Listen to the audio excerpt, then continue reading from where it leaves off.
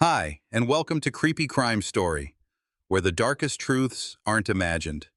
They're real. Her name is Julie Ann Gonzalez, 21, Austin, Texas. A young mother with a fixed plan on a Friday, pick up her toddler, confirm the afternoon schedule, move on with a normal day. By nightfall, something is wrong. Her phone is active, her money moves, and her profile speaks, except the words don't sound like hers. In a city like Austin, this isn't just a crime. It's a timeline that writes itself in data, and on day zero, the data lines up a little too perfectly. We begin where investigators begin, with what is verifiable and immediate. The time anchors come from everyday habits: childcare, work, family check-ins. People expecting Julie's confirmations don't get them. Calls go unanswered. Replies, when they appear, feel off to those who know her voice and rhythm. There is no 911 call from Julie. That single absence shifts the posture of the file from "she's late" to "this is not normal." Patrol handles the first pass. A welfare check confirms what can be seen, and just as important, what cannot. No forced entry report. No obvious distress locked to a particular room, car, or yard. No official designation of a primary crime scene. That language matters. Cases fracture when early assumptions harden into claims the evidence can't sustain. Here, the record stays careful. Suspicious circumstances, concern for safety, and a need to move fast on records before they're overwritten. The next task is mechanical by design. Build a baseline. Investigators ask the family for recent photos and consistent identifiers. They log how Julie typically communicates: text cadence, platform choice, tone with relatives, how quickly she confirms pickup times. Baselines turn opinions into something that can be measured later. If a message says it's from Julie, that claim will be tested against both her known style and the places a device was actually operating. Preservation requests go out early. Carriers are notified to retain call detail and later, cell site usage for the critical window. Retailers are contacted for point-of-sale logs and surveillance matched to specific receipts and clocks. Those clocks are not all set the same. That's accounted for. A receipt time can drift from a camera time. Both must be reconciled to the minute. This is not glamorous work, but it prevents the narrative from drifting into storytelling. You don't argue with a timestamp, you reconcile it. Family statements are taken and time-stamped. Who tried to reach Julie, when they tried, and what they received back.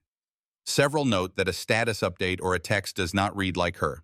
That is not proof, it is a flag. Flags are useful only if they lead somewhere concrete. They will, but not yet. Day zero closes with a simple, durable truth. The people who rely on Julie for childcare and routine cannot reach her, and she is not the kind of person who simply disappears from her child's schedule. Austin is a city that understands how routine holds a life together. Break the routine and you create a clock. The first tick on that clock is the missed pickup. The next ticks will come from receipts, cameras, and network traces. They do not require guessing. They require matching. Money that moved to items that were bought. Faces that appear under ceiling domes, and devices that attach to towers at specific times.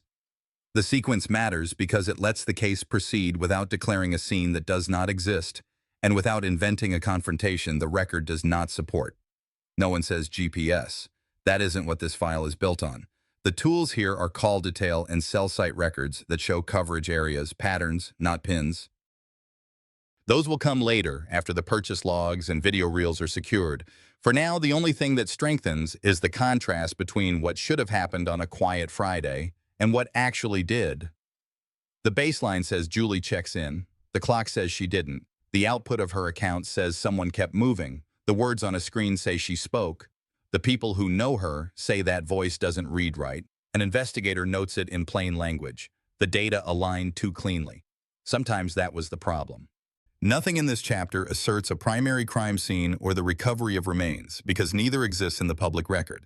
Nothing in this chapter points to a particular person, because day zero isn't about conclusions. It's about securing evidence before it disappears. The approach mirrors what you'll see in any competent U.S. case report. Establish the last verified movements, secure the records that will either confirm or contradict them, and keep the narrative disciplined so it cannot split into two stories later. When families describe Julie, They describe predictability, the kind that anchors a week around a child's needs. That predictability is why the silence feels different and why the first official entries on day zero are more than formality. They're the foundation of a no-body investigation that will stand or fall on the strength of its clocks and its maps, not on a dramatic reveal. In towns like this, cases don't just test police work, they test patience. The first day rarely gives you the answer. It gives you the order of operations. Secure what can vanish, compare what people believe with what the data can prove, and never promise a scene when you don't have one. That discipline is the only way to keep this from becoming the kind of video viewers call two different endings. There will be one ending here, but we are not there yet. Before we move on, hold three constants you'll hear again, because they never change in this file. No primary crime scene is identified at any point, no body is recovered through today's date, and the tools that matter most are retail records, surveillance alignment, communications content, and later cell site analysis. Austin, Texas stays our geography from line 1 to the last line. Next, we follow the first hard lead that doesn't rely on memory, money. If Julie's accounts moved after she went silent, someone made those purchases. Receipts will set the clock. Cameras will put someone under it. And then the network will tell us where the device was when those words appeared on a screen. This chapter is about establishing what normal looked like for Julianne Gonzalez before the clock started. It is the control sample. Without it, later anomalies mean less. With it, they form a pattern we can test. Austin, Texas remains our geography. The status remains unchanged. No body recovered, no primary crime scene identified. We do not reach for conclusions here. We define the yardsticks. Investigators begin with schedule. Fridays carry fixed obligations. Childcare transitions set against work and family routines. People who rely on Julie describe predictable check-ins tied to pickup times, short confirmations to close logistical loops, and follow through on commitments that involve her toddler. Those contacts are not casual. They are structural. When those confirmations do not arrive, the absence carries weight beyond inconvenience. It is the first sign that a routine designed to protect a child has been interrupted. Next is communications behavior. The team compiles recent texts, call logs, and social posts across the prior weeks. They're looking for cadence, word choice, and typical response times. Baseline isn't just what she said, it's how and when she said it. Friends and family identify common phrases she uses, the length of her replies, and how she closes a message when she is in a hurry. That inventory will later be compared to any post-disappearance traffic attributed to her accounts. Today, it stays in a folder marked Reference. Financial baseline follows. Analysts pull lawful records for account activity prior to the disappearance window, amounts, merchants, and typical purchase categories. The question is not whether money moved. Most people spend money daily. The question is how it usually moves. Does she use cash or card for small items? Does she buy child-related products at the same stores? Do purchases cluster around certain hours? A baseline like this will matter when a card is used at an unusual time or for items that don't fit the pattern of the person who is missing. Transportation is profiled in general terms. What vehicles are available, who has access, and what routes are typical for a Friday exchange. The point is not to place a pin on a map. We won't. This case is not built on GPS. It will later rely on call detail and cell site records to understand device behavior in sectors, not exact coordinates. The transportation baseline simply tells us what would have been efficient and expected if the day had stayed on script. Investigators then lock down what they call touch points, places where routine leaves a record, child exchange locations, work check-ins, retail counters that issue receipts with timestamps, buildings that maintain security camera logs. In cities like Austin, crime work often starts here, not with a dramatic scene, but with layered time-stamped fragments that either agree or contradict each other. The team issues preservation requests, so those fragments are not lost to automatic deletion. The family interview block is handled with care. Statements are recorded, time-stamped, and cross-referenced. Relatives identify the last reliable moment they heard Julie's voice, not just her name on a screen. They provide context that turns ordinary details into useful markers. The tone she uses when she's stressed, the the shorthand she uses with siblings, the way she confirms a pickup if she's running late. None of this, by itself, proves a crime. Together, it forms a reliable baseline against which later messages can be tested for authenticity. A parallel baseline is built for digital presence. Analysts capture recent login windows where available, device types typically used, and the times of day when Julie is most active online. They pay attention to day-of-week effects. Does Friday evening look different from Tuesday morning? Because deviations are more meaningful when they break a known pattern. If a post appears at an hour she never uses or from a device type she doesn't carry, those facts will matter in later chapters. We do not argue the point now. We only preserve it. At this stage, nothing in the file authorizes a leap to conclusions about location or cause. There is no confirmed attack site in a home, yard, or vehicle. There is no biological finding that converts suspicion into a declared scene. The wording in reports stays precise. Suspicious disappearance with no proof of life beyond generic digital traces. Precision matters because this narrative will not fracture later into two incompatible stories. We are building a single path. Baseline first, then receipts and cameras, then network behavior, then searches and statements, then court. There is a practical human dimension that belongs in the record. Baselines are not gossip. They protect the integrity of the case by keeping speculation out and letting verifiable behavior in. When loved ones say, "This isn't her," the follow-up is not an argument. It is a task list. Collect her prior messages, collect her prior purchases, collect her prior check-ins, compare like with like. In towns like this, cases don't just test method, they test restraint. Before this chapter closes, the to-do list tightens into two priority leads. First, the financial trail. If funds moved after silence began, the logs and cameras at those merchants will set a clock no one can debate. Second, the language trail. If messages or posts carry her name but not her voice, the metadata and later cell site context will show who likely controlled the device when those words appeared. We are not there yet. The baseline is finished. The next step is to put time on it. An investigator notes the risk plainly. If the data lines up too perfectly, it might be because someone lined it up. That is not a conclusion. It is a caution that keeps the team honest when the first receipts arrive. Cameras will either support or contradict what accounts suggest. Sector maps will either support or contradict what posts pretend. The value of this chapter is that it gives those comparisons a standard. We close where we began, with a disciplined record of normal life, a Friday set to a child's needs, check-ins that usually happen without fail, short messages that sound like one person, not many. Against that, silence acquires meaning. The baseline will not prove what happened. It will tell us whether what comes next is consistent with the woman who is missing or with someone speaking in her place. The baseline is built. Now the file needs hard times and hard images. In a no-body crime, receipts do both. They are the first independent clock that doesn't rely on memory. And store cameras are the first neutral witness that doesn't change its story. Detectives begin with what most people overlook: retail retention policies.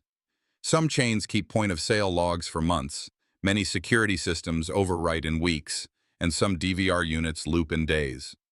Preservation letters already sent on day 0 are converted into formal legal process. Asset protection teams respond with transaction snapshots keyed to card number, time, lane, and terminal. Those snapshots are not the story, they are the index to it. The story is what the footage shows when those timestamps are pulled. The card activity hits quickly. Purchases charged to Julianne Gonzalez's accounts within hours of her going silent. The items are ordinary on paper, child-related goods and digital gaming credits, because ordinary is how control looks when you're trying not to be seen. The authorization times are precise to the minute. Settlement times are later, but authorizations are what matter for a timeline. Each authorization is a tick on the clock that the team will match to doors opening, carts moving, and faces under glass domes. Technicians at the first store export video by lane and by camera cluster. This isn't cinematic, it's procedural. Wide shots cover entryways. Tilted domes watch over self-checkout and service counters. Exterior cameras view the parking lot choke points.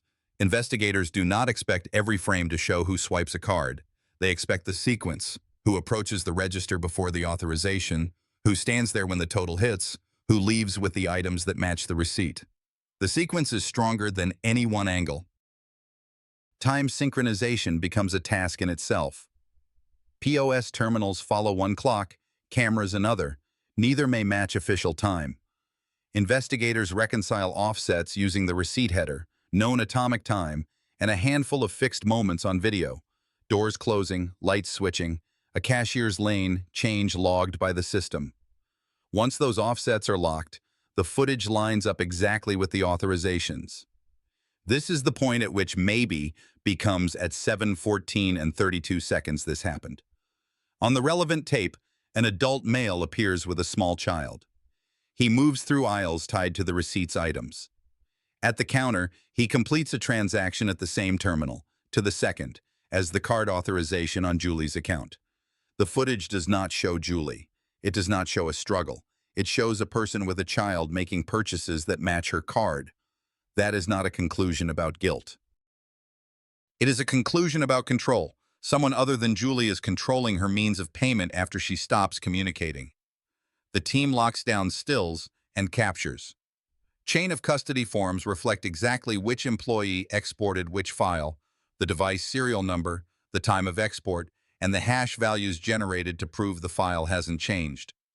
A second store responds with similar material, including a separate purchase that also traces back to Julie's account the same day. The items again fit a caregiving theme. Receipts corroborate each other across merchants. Video sequences corroborate receipts. None of this relies on cell site records or deep digital analysis yet. That is by design. The case is being stacked in layers so it cannot be pulled apart later.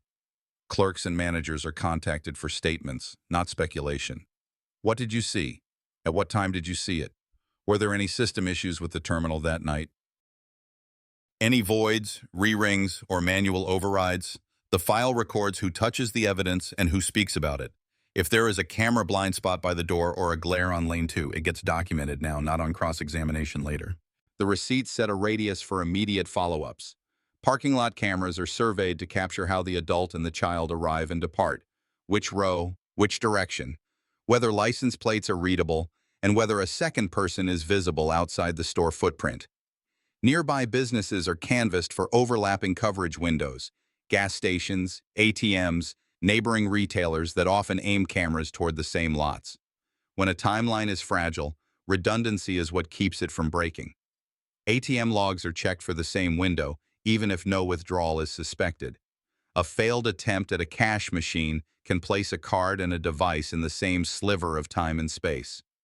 If a loyalty account is used at any point, that is recorded, but loyalty data is not required to build this layer. The receipts and the matching video are enough to establish that someone, not the missing person, is spending the missing person's funds after she goes silent. Throughout this process, the language stays narrow. There is no mention of a primary crime scene, because none is identified here or anywhere later in the public record.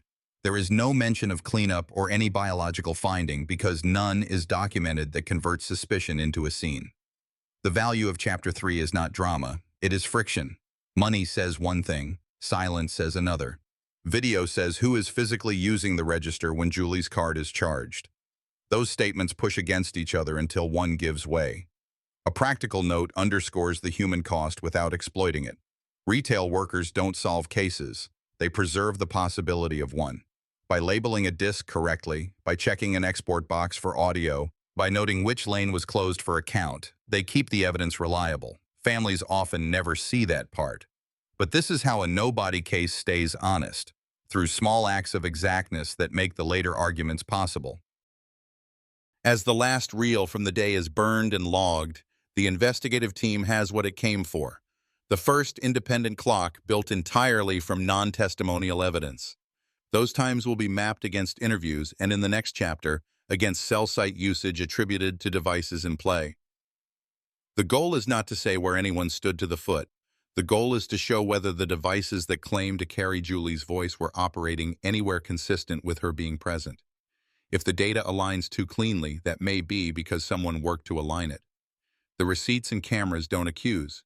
They remove options. The chapter ends with a forward-leaning task list. Identify all merchants tied to post-silence charges. Lock all video within a 2-hour window around each authorization. Convert every relevant timestamp to a single verified time base. Build a movement diagram for the adult and child using entry, lane, and exit cameras. Send clean stills to the Canvas team for corroboration. Nothing about this declares a scene or answers how Julie was harmed. It answers a narrower, foundational question. Who used her card and when? On this file, that answer becomes one of the pillars that will not move. Continuity note for this single case. Austin, Texas. No primary crime scene identified at any time. No recovery of remains to this day. We stay within the public record. One timeline, one ending. The next layer is language. After the receipts and cameras start the clock, investigators turn to the messages and posts attributed to Julie Ann Gonzalez in the same window. The question is not whether words appeared on screens. The question is whether those words sound like Julie when measured against the baseline built in Chapter 2. This is a controlled comparison. Known phrases and sign-offs, typical response times, punctuation habits, and how she normally confirms childcare logistics. The goal isn't to prove authorship by style alone. The goal is to flag what requires technical corroboration. The collection step is straightforward and lawful. Detectives secure screenshots and export logs from the accounts that show activity in the hours after Julie falls silent. Friends and relatives provide the exact messages they received, with phone numbers and timestamps intact. The lead detective requests platform records where available for the relevant window.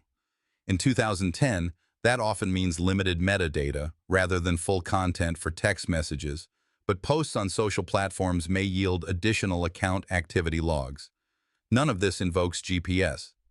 At this stage, it is time, text, and the mechanics of how a message moved from a device to an inbox. With the corpus assembled, the team runs a side-by-side read against the baseline. Julie's routine messages show a consistent cadence, short confirmations when a pickup is close, a familiar abbreviation she uses with siblings, a polite sign-off when she's at work. By contrast, several post-disappearance messages read longer, with different punctuation and an unusual tone for urgent family communication. A status post carries phrasing that those closest to her describe as wrong for the situation. Style isn't proof by itself, but style shifts are a prompt to ask where the device was, who held it, and whether the sender intended to imitate her normal voice.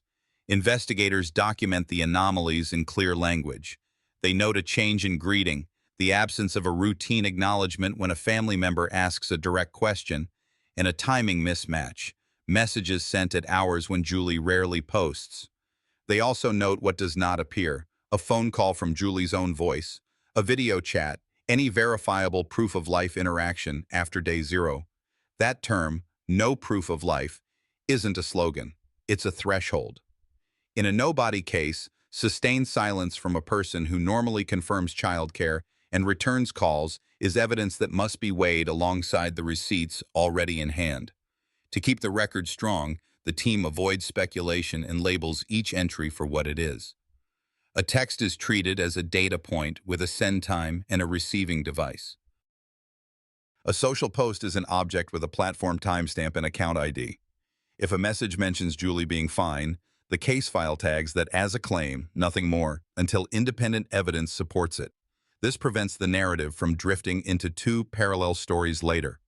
The claim made in a message and the behavior documented by neutral systems at the same time. Extraction from any available device is handled by standard forensic imaging when the device is accessible to preserve what remains on it. Message headers, remnants of deleted threads, application logs, and contact maps. The report is careful about limitations. Carriers generally retain text metadata rather than content. Platform logs vary by provider and policy at the time. And user-side deletions can make a thread look clean even when other artifacts show activity. That is why each message in this chapter is anchored to the baseline, not to guesswork. There is a human dimension in this part of the file that matters without dramatizing it. People closest to Julie can hear when a message isn't hers, even if they can't cite a forensic rule. Investigators translate that instinct into measurable differences and ask narrow questions that evidence can answer. In towns like this, crime work is often about respecting what families know while testing every claim they bring with records that cannot be argued away. By the end of this pass, the file holds two truths that do not reconcile cleanly on their own. First, receipts and video show someone other than Julie using her financial instruments after she goes silent. Second, a cluster of texts and posts says she is communicating. Both cannot be true unless someone else is speaking in her name or controlling access to her accounts and device. The data looks aligned. The caution remains that alignment can be engineered. The way to resolve it is to stop reading the words on the screen and ask where the device actually was when those words appeared. That step belongs to the next chapter. It will not pin a phone to a doorstep. It will map usage to coverage areas with cell site records and call detail, explained once and clearly, and then compared to the retail timeline already locked. If a claimed message comes from a sector that matches the person on camera spending Julie's money, the story tightens. If it comes from somewhere inconsistent with Julie's expected movements, the story tightens in a different way. Either way, the language from this chapter becomes testable. We end with a simple takeaway that favors discipline over drama. This chapter does not prove who typed each word, and it does not declare a scene that does not exist. It preserves the message stream, identifies why tone and timing are suspect, and sets the exact questions that Tower data can answer. That is the point of a stepwise build. Each chapter adds a new layer that makes the next one possible. Continuity note for this single case: Austin, Texas. No primary crime scene identified at any time. No recovery of remains to this day. We're adding one new forensic layer only, called detail and cell site records, to test the receipts and messages already in the file. The records arrive as spreadsheets and exports, originating numbers, receiving numbers, call start and end, SMS timestamps, and the serving towers with sector IDs. No latitude/longitude, no turn-by-turn. In 2010, Austin, the network logs tell you which cell a handset used and which slice of that tower carried the traffic. Investigators anchor the analysis to a narrow window, late Friday into the early hours of Saturday, because that is where the money moved and where the disputed messages appeared. Before any mapping, clocks must match. Point-of-sale authorizations, camera systems, carrier logs, and interview notes often run on different time sources. The team reconciles offsets first, documenting each correction so every later comparison rests on a single verified clock. Only then do they plot sectors. Each call or text is a dot with three attributes: time, serving tower, and sector azimuth. Alone, a dot proves little. In sequence, dots become a pattern that either supports or challenges the story on paper. They begin with the earliest post-silence purchase. The receipt timestamp has already been tied to a specific register and a piece of video that shows an adult male with a child. Near that moment, Julie's handset registers traffic through a tower sector that covers the retail footprint and the surrounding approaches.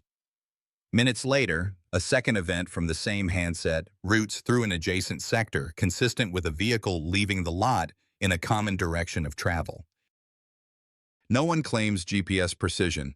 The finding is simpler and stronger. The phone attributed to Julie is operating in the same coverage area as the place where her card is used by someone who is not her. The team reviews the outbound messages attributed to Julie in that same window. Several texts post at times that those closest to her already flagged as unusual. On the network side, the events ride the same family of towers and sectors associated with the retail stops and later movements.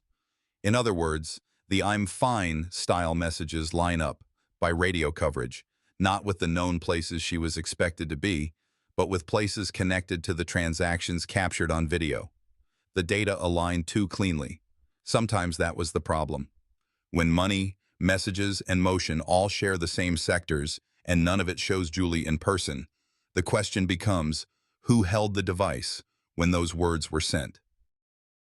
Analysts expand the window by a few hours to test whether the sector pattern holds or breaks. It holds. The handset attributed to Julie shows a night path that repeatedly touches towers covering the retail cluster, nearby arterials, and a residential zone already documented elsewhere in the file. Call attempts to Julie's number route to voicemail or go unanswered while the handset continues to register intermittent activity. There is still no call from Julie's voice, still no verifiable proof-of-life interaction after day 0. On paper, she is messaging.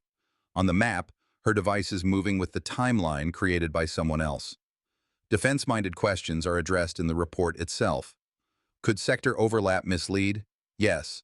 That is why the finding rests on sequences that pair receipts, camera time, and network use, not a single ping. Could load balancing push a device to a farther tower? It can. The analysts flag those cases and show why the choice of tower still places the phone within the same broad corridor at the same minute the card is used. Could a different person use her phone? That is precisely the point this chapter is built to test. The logs can't name hands, but they can show that the device's travel aligns with the person visibly spending her money, not with Julie's expected movements. With the sector path documented, the team overlays interviews. When someone says they received a reassuring message around 8, the call detail shows the exact second the SMS hit the network and the tower that served it. When a witness says they saw the adult male and child at a certain time, the register authorization and the sector event sit beside each other in the table. The power of this layer is not drama. It is friction. Claims that Julie was active are weighed against independent clocks that place her device in the same coverage areas as the person on camera using her card. All along, the language in the file stays narrow to protect the case from drift. No one writes that the phone was at a house or a store. The report says it operated on sectors that cover those places. No one writes that the device proves presence. The report says the pattern is consistent with the route seen on video. No one declares a scene. None exists in the public record. The purpose here is to resolve the Chapter 4 problem, words on a screen that do not sound like Julie. The cell site shows those words came from radio coverage linked to post-silence spending that she does not appear on camera to make. There is a human truth worth one sentence. In cities like Austin, families want certainty. Networks give probabilities. The way to honor both is to stack independent sources until they point in the same direction. That is what this chapter does. It does not answer how Julie died. Cause of death remains undetermined in this nobody case. It answers whether the phone that claimed to speak for her was traveling with the timeline of someone else. On this record, it was. The final step today is packaging the analysis for court. Clean exhibits that pair each receipt with the matched video time and the corresponding call detail event, all in a single time base. Jurors will not see spreadsheets, they will see simple boards, receipt, frame, sector. Nothing here names an offender, nothing here expands the geography beyond Austin. It is a single, linear build. Day 0 intake, baseline, receipts and cameras, and now the network that locks those pieces together. We bridge with one task. Search teams will revisit the areas of interest within the sectors most often used in the critical window, not to declare a scene, but to make sure no recoverable trace was missed. That belongs to the next phase. Suspicion isn't a scene. A scene must be proved, or the report must say it was not found. I didn't need a public scene to prove I'd won. The real victory was quiet. The kind you carried in your posture, in the way you no longer flinched when someone mentioned their names. The day I closed on the property, I walked through each room slowly. This house had once felt like a cage. Now it was mine, not as a prize from them, but as a place they could never control again. I replaced the locks, cleared out the traces of their presence, and opened the windows wide, letting fresh air sweep away the years of suffocating tension. Word got back to them quickly. I didn't answer the calls, didn't open the messages full of disbelief and rage. My silence said more than any confrontation could. I was no longer their source of money, patience, or excuses. They could rewrite the story however they wanted. My truth didn't need their approval. Weeks later, at a community event, I wore the family heirloom they once refused to let me touch. People noticed. The right people talked.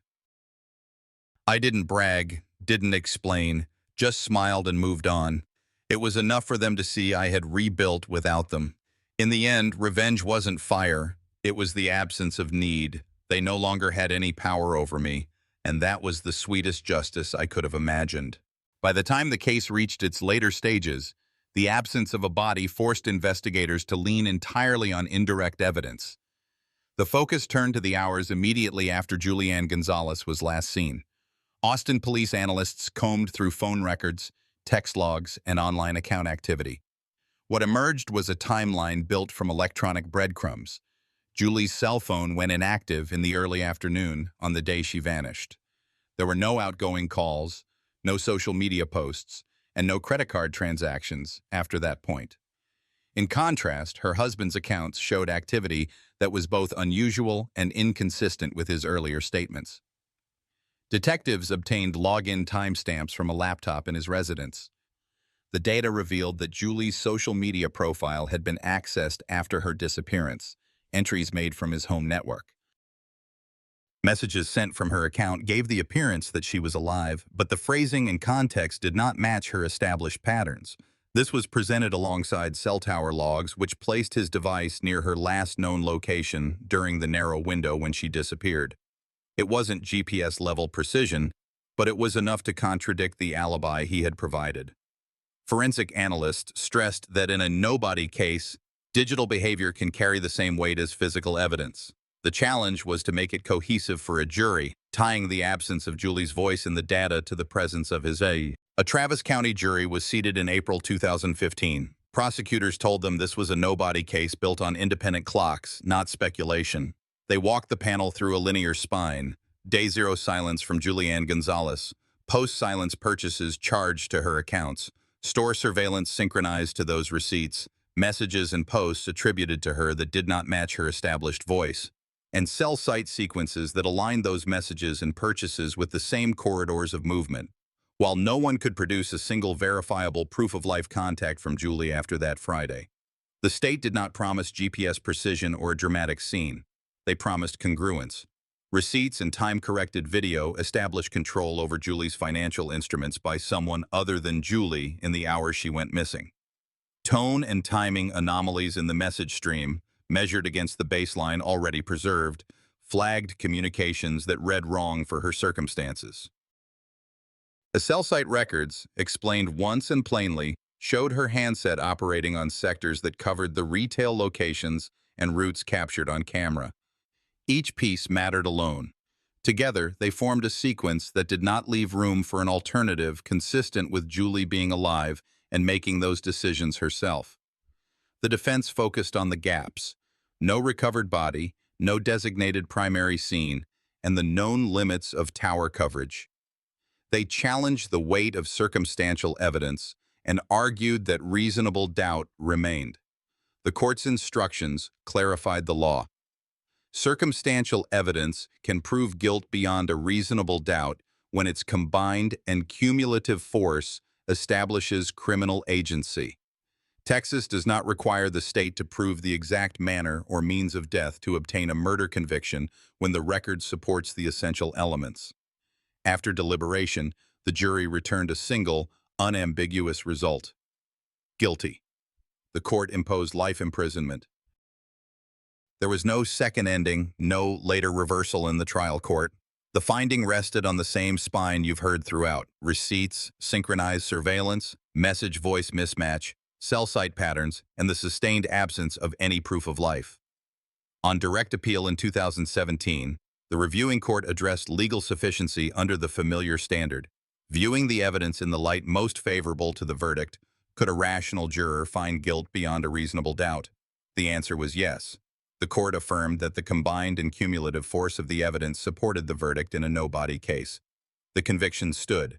No appellate ruling created a primary scene or a recovered body where none existed. The law accepted the record as built.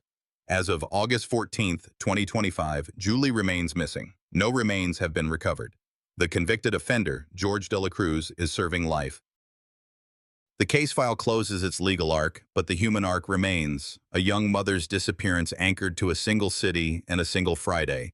In communities like Austin, justice is sometimes a verdict rather than a recovery. That truth is unsatisfying and real at the same time. One respectful takeaway: good investigations honor families by resisting invention. Clocks, cameras, and networks don't replace a person, but they keep a case from breaking into stories that cannot be proved. If you carry anything forward, let it be this: Report early, save records, and hold the line on what the evidence can actually say. I'll leave you with this. Timelines, not rumors. Carry families toward justice. Save receipts, back up phones, check on one another. Quiet habits solve real crime. When someone goes silent, act early. Report, document, insist on records. Which piece felt most decisive here? The synchronized receipts, the cell site pattern, or the message voice? Tell me your take and where you're watching from. If this story helped or moved you, please subscribe to the channel and comment. If it missed for you, say why so we can do better. I'm grateful you spent time with us tonight. Your voice shapes what we cover next.